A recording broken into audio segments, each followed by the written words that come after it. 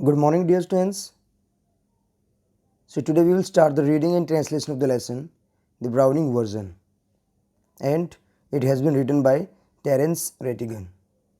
So let's start the reading of the lesson. This is an excerpt from the Browning version. So देखिए, Greek tragedy थी जिसका नाम था एगेमेम्नन. उसको Robert browning ने इंग्लिश में जो है ट्रांसलेट किया है और उससे एक एक्सर्प्ट लिया गया है. Excerpt means a part of something, a part of some literary work. कोई एक बड़ा पार्ट है, कोई एक नोवेल है टाइप, वहाँ से उसका कोई एक पार्ट ले लिया गया, that is called excerpt. The scene is set in a school because this is a play. एक नाटक की फॉर्म में जो इसको रिप्रेजेंट किया जा रहा है. So the scene is set in a school. Frank is young and Crocker Harris middle aged. Frank और क्रोकर हैरिस, दो ये करेक्टर बिगनिंग में यहाँ पे बताए गए हैं. बोथ आर मास्टर्स, दोनों ही स्कूल के जो है मास्टर्स हैं. फ्रैंक एक यंग है, युवा है थोड़ा, और क्रोकर हैरिस जो मिडिल एज्ड है, 40-50 यू कैन से, इतने एज का जो है ये. So Taplow is a boy of 16 who has come in to do extra work for Crocker Harris. So Taplow एक स्टूडेंट है. फ्रैंक और Crocker Harris they both are masters and Taplow is a student of the school. So Taplow is a boy of 16. Taplow एक 16 वर्ष का लड़का है. Who has come in to do extra work for Crocker Harris, जो कि Crocker Harris के लिए extra work करने के लिए स्कूल में आया है. But the letter has not yet arrived.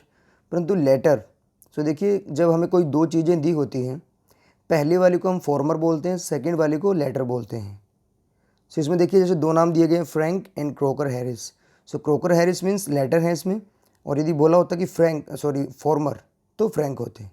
सो यहाँ पे जो बोला है, but the letter has not yet arrived, यानी कि क्रोकर हैरिस अभी नहीं आए हैं. And Frank finds Taplow waiting. और फ्रैंक वहाँ पर आके देखता है कि टेप्लो जो है किसी के लिए वेट कर रहा है. So Crocker Harris, Frank both are masters and Taplow is a student. अभी वो स्कूल में आया है इस दिन एक्स्ट्रा वर्क करने के लिए क्रोकर हैरिस के लिए. So this is the beginning. So first of all, the dialogue is from the side of Frank, who is a teacher. Do I know you? क्या मैं तुम्हें जानता हूँ?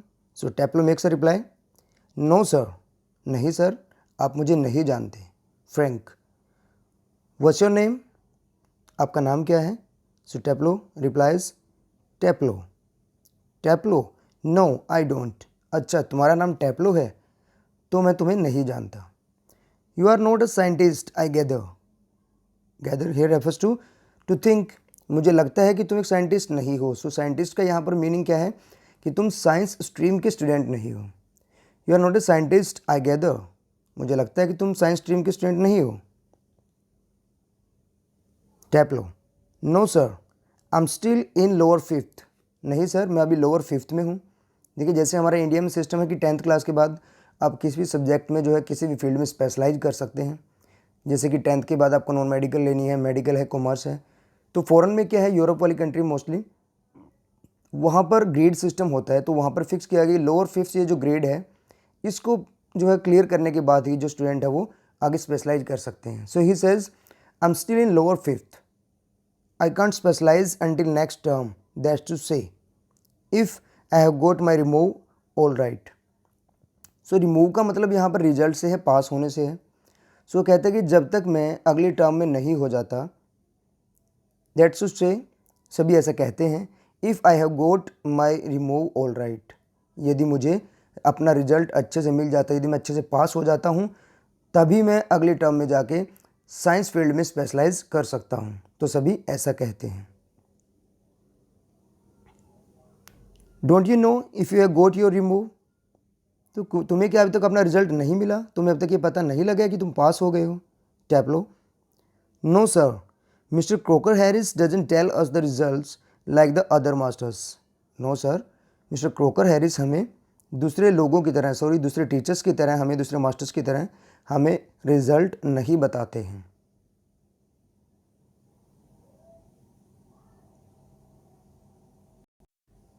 सो Frank says why not.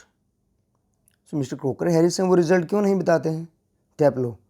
Well you know what he is like sir. Sir आप तो जानते ही हैं कि वो कैसे हैं। Frank, I believe there is a rule that form results should only be announced by the head master on the last day of the term. Frank कहता है कि हाँ मैं मानता हूँ, मेरा ऐसा विश्वास है कि जो फॉर्म रिजल्ट है, form here refers to class, कि जो क्लास का रिजल्ट है वो हेडमास्टर के द्वारा ही अनाउंस किया जाना चाहिए टर्म के लास्ट दिन बिल्कुल। So Taplow says yes, but who else pays attention to it except Mister Crocker Harris. तो टेप्लो यहाँ पर कहता है कि हाँ रूल तो यही है, परंतु मिस्टर क्रोकर हैरिस के अलावा इस रूल की ओर ध्यान देता ही कौन है। Frank, I don't, I admit.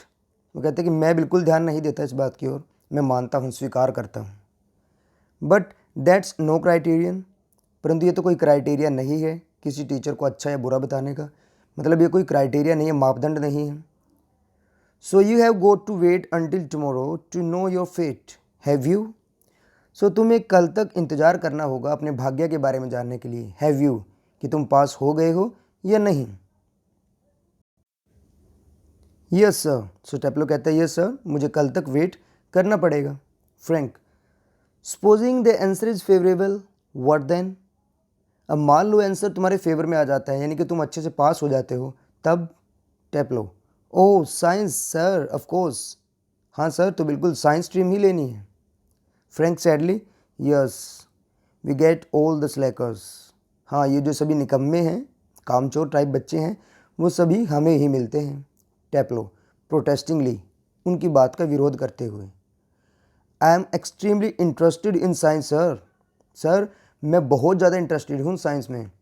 Frank, are you, कि तुम हो। आई एम नॉट, मैं इंटरेस्टेड नहीं हूँ। Not at least in science, in the science, उस साइंस में तो बिल्कुल भी नहीं हूँ that I have to teach, जो मुझे पढ़ानी पड़ती है, because he is a teacher of science. So he says that I don't have interest in this subject that I have to teach, जो मुझे पढ़ाना पड़ता है। Taplow, well anyway sir, it's a good deal more exciting than this muck, indicating his book. वहाँ एक book रखी हुई है, उसकी ओर इशारा करते हुए कहता है, सर चाहे कुछ भी हो, परंतु साइंस स्ट्रीम जो है, साइंस जो है, इस बेकार की चीज़ से तो बिल्कुल अच्छा है।